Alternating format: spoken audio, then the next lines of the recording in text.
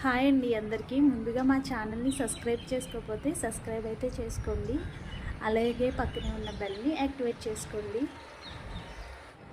ఈరోజు వీడియో వచ్చి హెయిర్ ఆయిల్కి సంబంధించిందండి.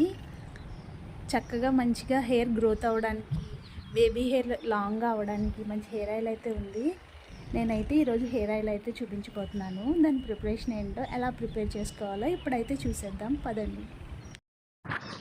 ఇప్పుడు ఇంగ్రీడియంట్స్లోకి వెళ్ళిపోదాం. గుంటగనగర ఆకు, అలాగే కరివేపాకండి, నేను ఫ్లవర్స్తో తీసుకుంటున్నాను. అలాగే గోరింటాకు, ఇది వచ్చి ఎర్రమందారం తీసుకుంటున్నానండి. ఎర్రమందారమే వాడాలి హెయిర్ ఆయిల్లోకి. మెంతులు, అలాగే రాగి ఉసిరి ఉంటుంది కదండి, ఎండబెట్టి ఇలా చేసుకున్నాను. అలాగే కలబంద ముక్కలు అన్నమాట. ఇప్పుడైతే ప్రాసెస్లోకి వెళ్దాం. నేను ఇంట్లోనే కొబ్బరి నూనె తీసుకుంటున్నాను. ఇంట్లోనే తయారు చేసిన కొబ్బరి నూనె వచ్చి 2 లీటర్లు తీసుకుంటున్నాను. మందార పూలు ఒక 20 మందార పూలు వేసుకుంటున్నాను. లీటర్కి వచ్చి 10 వేస్తే సరిపోతాయి అన్నమాట. ఈ మందార పూలు చాలా మంచిదండి. హెయిర్ గ్రోత్ అవ్వడానికి చాలా బాగా యూజ్ అవుతాయి. అలాగే పేనుకొరుకుడు సమస్యతో బాధపడతారు కదండి చాలామంది. చోట హెయిర్ ఉండదు కదండి, ఆ ప్లేస్లో ఈ మందార పువ్వుల్ని డైలీ రుద్దితే అండి హెయిర్ బాగా వస్తుంది నిజంగా. అందుకని హెయిర్ గ్రోత్ ఆయిల్లో కూడా ఈ మందార పువ్వుల్ని వేస్తారు. మందార పువ్వులు అన్ని మంచి ప్రాపర్టీస్ ఉన్నాయన్నమాట. ఇప్పుడు గుంటగనగర ఆకు, దీన్నే భృంగరాజ్ లీవ్స్ అని కూడా అంటారు. ఇది చిన్న వయసులోనే చాలామందికి జుట్టు తెల్లగా అయిపోతుందండి, బాలమెరుపు. ఆ సమస్యతో బాధపడుతున్న వారు ఏంటంటే ఇది రాయడం వల్ల జుట్టు నల్లగా అవుతుందండి, తెల్ల జుట్టు అంతా కూడా. అంత మంచి బెనిఫిట్స్ ఉంటాయి గుంటగనగర ఆకులో. అలాగే కరివేపాకు అండి, కరివేపాకు స్ట్రాంగ్గా అవుతుందండి. హెయిర్ చాలా స్ట్రాంగ్గా అవుతుంది. జుట్టు ఊడిపోతుంది అనుకుంటాం కదండి, చాలామందికి అస్తమాట్లు ఊరికే ఊడిపోతూ ఉంటుంది. అలాంటి వాళ్ళకి ఏంటంటే కరివేపాకుని యాడ్ చేసుకోవాలండి హెయిర్ గ్రోత్ ఆయిల్లో. ఇప్పుడు గోరింటాకు వేస్తున్నా అండి. గోరింటాకు వచ్చి చాలా చలవ చేస్తుంది. చాలామంది స్ట్రెస్ వల్ల ఎక్కువగా జుట్టు ఊడిపోతుంది కదండి. ఇది గోరింటాకులో మంచి కూలింగ్ ఎఫెక్ట్ ఉంటుందండి. ఈ గోరింటాకు తలకి పట్టించడం వల్ల స్ట్రెస్ రిలీఫ్గా కూడా ఉంటుందండి. మంచి కూలింగ్ ఎఫెక్ట్గా కూడా పనిచేస్తుంది. అందుకే చాలామంది గోరింటాకు పేస్ట్ని తలకి పట్టిస్తూ ఉంటారు. అందుకే హెయిర్ ఆయిల్లో కూడా వాడాలండి.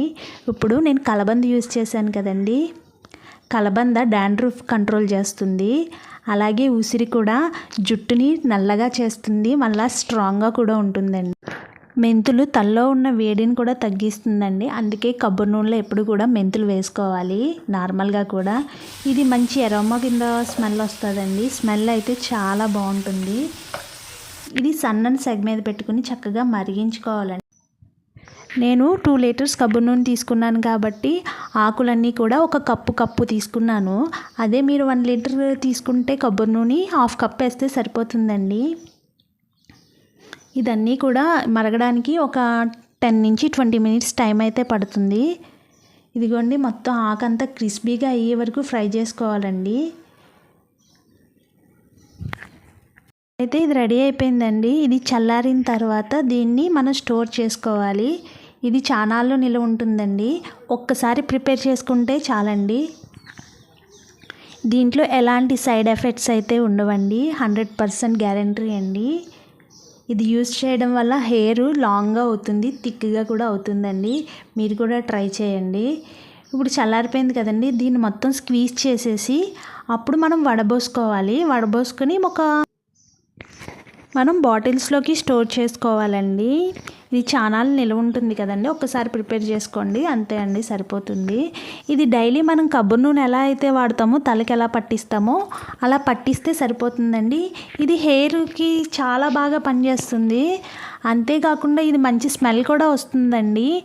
ఎలాంటి బ్యాడ్ స్మెల్ అయితే రాదు, బాగుంటుంది. కొంతమంది ఏంటంటే తలకి కొబ్బరి నూనె పెట్టరు. అలాంటి వాళ్ళు ఏం చేస్తారంటే చక్కగా మన హెయిర్ బాత్ చేసి ఒక 2-3 అవర్స్ ముందే హెయిర్కి పెట్టించేసేసి మసాజ్ చేసి వదిలేయాలన్నమాట. అప్పుడు తర్వాత హెయిర్ బాత్ చేసుకుంటే ఏంటంటే మంచి రిజల్ట్ అయితే వస్తుందండి. డెఫినెట్గా మీరు కూడా ట్రై చేసి ఎలా ఉందో కామెంట్ సెక్షన్లో కామెంట్ అయితే